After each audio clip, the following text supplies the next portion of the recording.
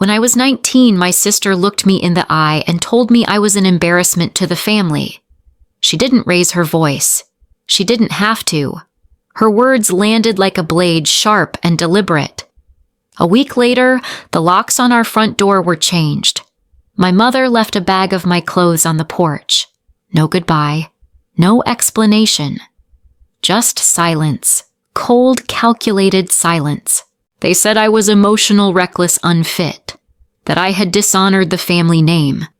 But they never said the real reason. I had dared to speak up. I had refused to stay quiet like they expected. So they erased me. My name is Aurora Reyes. Or rather, it was. That name is now just a discarded shell thrown out with that bag of clothes. I didn't cry when I left. I remember that afternoon, so vividly, scorching sun above San Antonio, and one thought in my head, I have nothing left to lose. My sister Isabel, the perfect daughter of the Reyes family, was already an assistant district attorney for Bezar County. And me, I just graduated with a degree in humanities. I painted, I wrote. I didn't follow the pre-law or pre-med path they worshipped. That video, the one leaked online without my consent, was just the excuse they needed to do what they always wanted, cut me out of their spotless portrait. I was betrayed by my own blood. That night I slept in the backseat of a friend's car. A week later, her kindness ran thin. I bought a Greyhound ticket to Denver with the last money I had. On the second night of that trip, I burned my last notebook, the one with family birthdays. My mom's recipes, small notes from a childhood that now felt imaginary. I tore out every page and fed it to the flame. As the fire flickered against the window of the idling bus, I whispered, "There's nothing left of me." So I'll start with what's left. Denver didn't welcome me with hope. It greeted me with cold that crawled under every layer of clothing, and a city full of strangers who didn't know or care who I was. But somehow that felt like freedom. In San Antonio, I'd always been watched, judged, weighed against expectations I never agreed to. Here I was nobody. And that was the first peace I'd ever known. The first room I rented barely fit a worn mattress, a folding table, and a cracked mirror. The floor creaked with every step. Paint peeled from the walls. The heat was unreliable, but the noise was constant: old pipes, angry neighbors, distant traffic. But it was mine. No one threw me out. No one left my belongings on a porch. I worked 3 jobs a day. In the mornings, I served pancakes at a rundown diner on Colfax Avenue. Afternoons, I scrubbed pediatric exam rooms at a clinic. Evenings, I typed data entries for a logistics company that didn't know what I looked like. I survived, but I also wrote. At night, when the city stilled, I scribbled in a code I made up as a child, a language only I could read. It was like bleeding without leaving wounds. Sometimes I painted, when I had enough money for dollar store acrylics. One night after a brutal shift, I used an old toothbrush to create an image, a body collapsing into its own shadow. I hung it behind the curtain out of sight. It felt right there. Then one morning, without any warning, I cut my hair in front of the mirror. Not in anger, not from despair, but to decide once and for all what stays and what goes. I registered a new name at the local job board, Aurora R., just enough to disappear in plain sight. But inside I made a vow: I'm not just going to survive. I'm going to exist. And one day they won't be able to forget me. The night shift at the clinic was where I learned how to disappear. I moved quietly, earbuds and keeping my head down, like maybe if I was quiet enough, the world wouldn't notice I was still there. I used to like that. The safety of invisibility. Until that night. I heard shouting down the hallway, Spanish, not angry, terrified. When I stepped out, I saw a small woman clutching her daughter, maybe 6 years old, backed into a corner. A uniformed officer stood over them holding a stack of papers. "Firma aquí," he barked. "It's already processed. Just sign." The woman didn't move. Maybe she didn't understand. Or maybe she did, but fear had frozen her. I don't remember walking forward, I just remember the pounding in my chest. She's not signing anything I said. He turned. Who the hell are you? I didn't back down. Your forms are outdated. ICE software has changed. These are invalid. That was a lie. But I said it like I knew the law inside and out. It worked. He hesitated, grumbled, and walked off. The woman held her daughter and cried silently. She never asked my name. I never asked hers. A few days later, I was called into an office. I thought I was being fired. But the man across the desk wasn't my supervisor.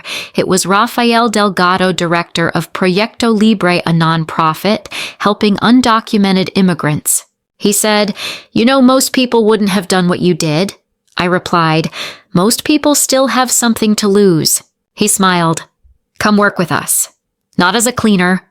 That was the first time in years someone saw me not as something to scrub away, but as someone who could do something.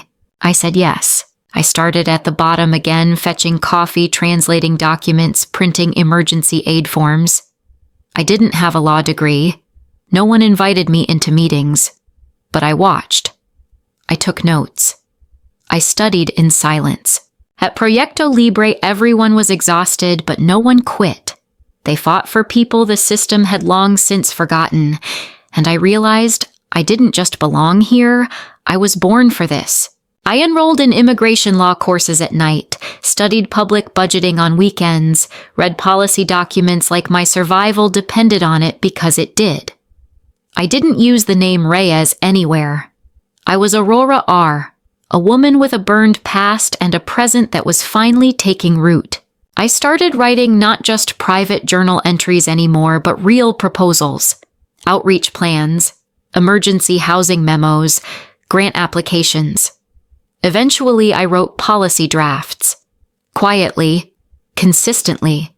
Little by little, I was invited to public hearings, not as a voice at first, but as a presence.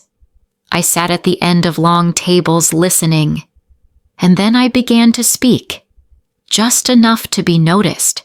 I remember one hearing where a conservative councilman proposed increased ICE cooperation with Denver shelters. When he finished, I leaned forward and said, "If the law refuses to grow with justice, then justice becomes ornamental." The room fell silent. A few clapped. I didn't look up. I just focused on the memo in front of me, one I'd written for the people who were never invited to the table, but who carried it on their backs every day. I never thought I'd enter politics. But I knew this much: if I didn't step into the room, who would write the laws for those who have no voice? I never intended to run for office. Politics to me was a world of polished headshots, pre-written speeches, and family portraits full of manufactured smiles. I had none of that. But one day, after helping a Honduran family secure emergency housing, a young intern asked me, "Why do you do all this?" I didn't even pause. Because I don't have a family to go back to, so I'm building a place where I might belong. That answer haunted me for days. Until I realized something: if I wanted to create lasting change, I couldn't just write memos and sit through council meetings. I had to help write the law itself. So I announced my candidacy for the Colorado State House of Representatives as an independent. No party, no flashy slogan. I printed a few flyers, black and white, no headshot. Just one line: "Let the work speak first." No big donors, no endorsements. But I also wasn't carrying the weight of the Reyes name. No one could throw me out of this race the way they threw me out of their home. I didn't tell a sob story. I didn't talk about sleeping in a car. I didn't mention cutting my hair in a bathroom mirror. I wasn't looking for pity. I was just asking for space to do the work. And strangely, people started to notice. I hadn't planned to return to Texas. No press release, no entourage, just a plane ticket and a quiet arrival in San Antonio like a ghost. The news broke on a Monday morning. Isabel Reyes, Golden prosecutor of Bexar County, was under investigation for evidence tampering in a federal deportation case. The media called it a collapse of justice. I called it karma. My advisors begged me to stay in Denver. "You're the governor. This isn't your fight." But they didn't understand I wasn't there to save her. I was there to witness. Some ghosts only let go once you look them in the eye. I entered the courthouse in a plain black coat, no makeup, sunglasses on, through a side door. I sat in the last row, silent. The courtroom was cold and clinical, so white it seemed to freeze every emotion in place. Isabel sat up front, hair in a tight bun, face composed, but I noticed her hands trembling. Then the judge entered, Audrey Jameson, a woman I'd met once at a national governor's conference. Her eyes scanned the room, and then they landed on me. She paused, squinted, then asked aloud, "Wait, is that Governor Aurora Reyes?" The room froze. Every head turned. Isabel's face drained of color. My mother clutched her chest, murmuring something, maybe a prayer, maybe a curse. My father leaned forward, squinting as if he couldn't believe the daughter he'd exiled had returned not as a ghost, but as a force. I said nothing. No nod. No wave. I just sat tall because my presence was the statement. It took exactly 4 hours after I left the courthouse for my name to flood the news. Governor Aurora Reyes attends sister's trial in stunning silence. The disowned daughter returns as a symbol of power. They wrote hundreds of lines about my eyes, my plain coat, the fact that I didn't say a word, but made the entire courtroom hold its breath. One outlet called me the embodiment of silence that cannot be ignored. I sat in my Denver office, scrolling headline after headline, unreadable. For the first time, the media wasn't attaching my name to words like scandal or leaked video. They used the title I had earned with my own 2 hands, governor. Then it happened. Someone unearthed the old footage. The spring break video. The one that got me kicked out of my own home. Grainy, pixelated, but unmistakable me. A boy. A phone. And the world watching. The headlines shifted again, sharper, eager, but cautious. One talk show even aired an interview with my ex, the one who leaked it. He smirked and said, "We were young." I didn't think it'd blow up like this. I didn't react. No legal team, no statement. I just turned to my staff and said, "Let them look. I've survived being seen before." I wasn't angry.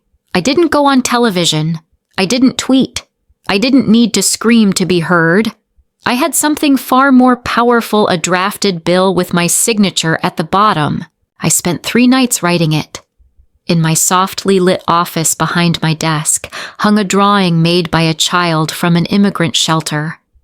It reminded me why I was here, not for myself, but for those who never had anyone speak for them.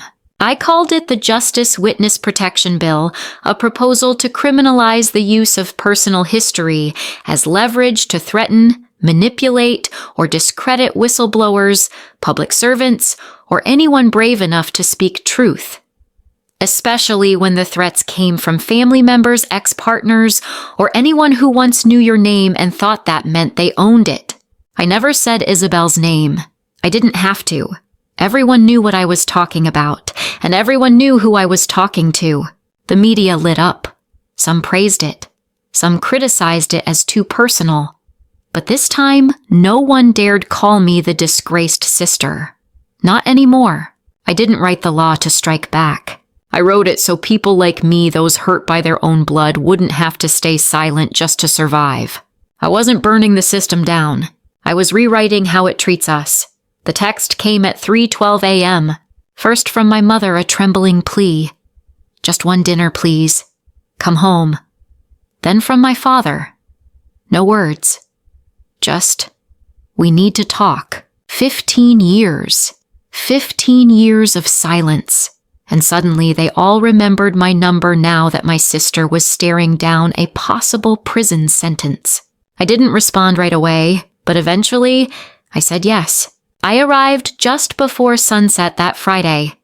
The neighborhood looked smaller than I remembered.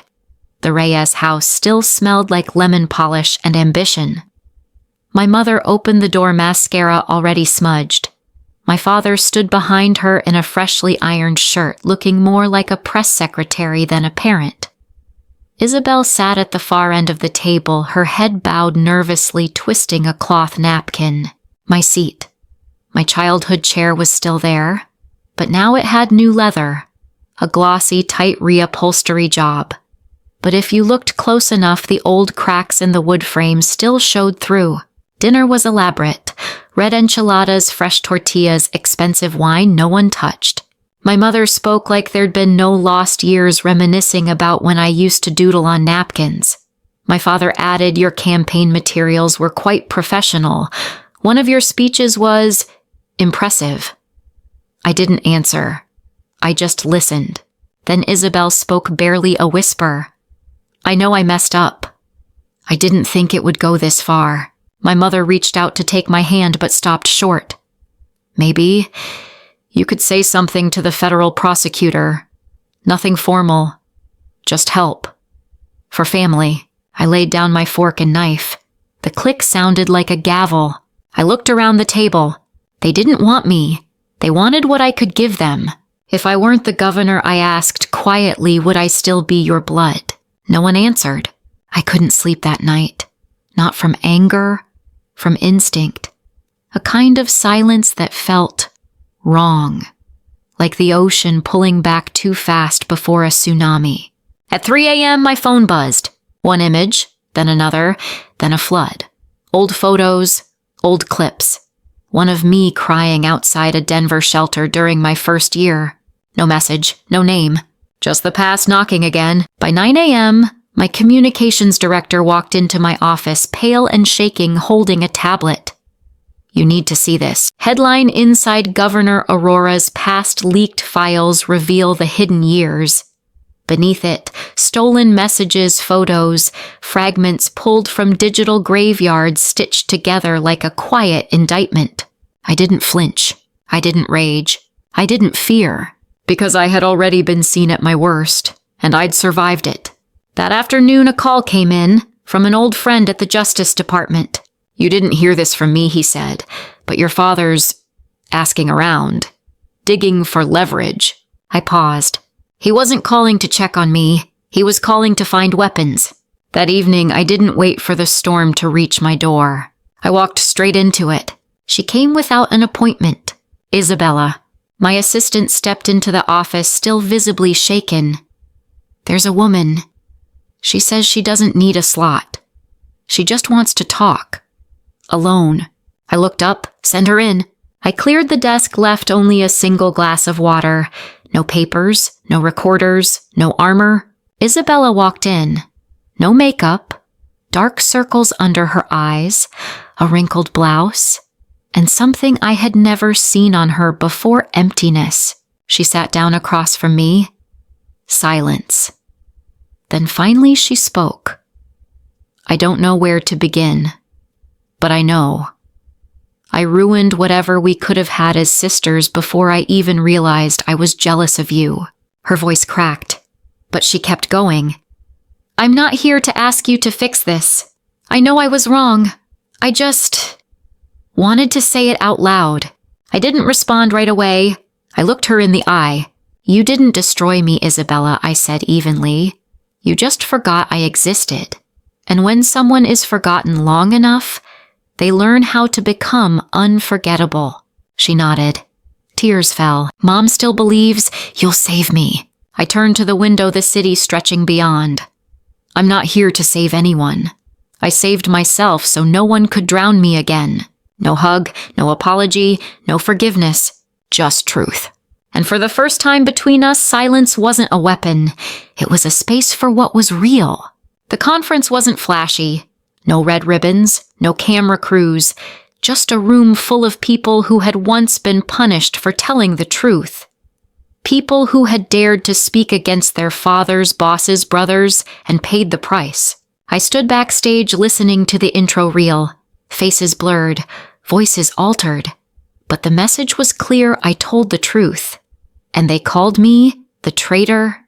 When I stepped on stage, there were no cheers, no applause, just stillness, steady and full like a held breath. "I was once called a disgrace," I began. Then I was erased. Then I was threatened. Not with weapons, but with memories and blood. Some nodded. One woman wiped her eyes. I'm not here for an apology. I'm here so that my children won't have to trade truth for belonging. Then I introduced the new bill, the Public Kinship Act, a policy that would allow public employees to declare familial relationships that posed conflicts of interest without fear of retaliation, demotion, or being branded disloyal. No one called me a troublemaker after that speech. No one dared. As I stepped off stage, I saw him, my father. No uniform, no commanding stare. Just a man standing still watching me like he'd never seen me before. I never understood you, he said quietly, but today I realized maybe I don't have to. Maybe I just need to admit you did what I never could. I didn't cry. I nodded. Then I stepped outside where the first snow had just begun to fall. I used to live to be seen. Now I live because I finally see myself.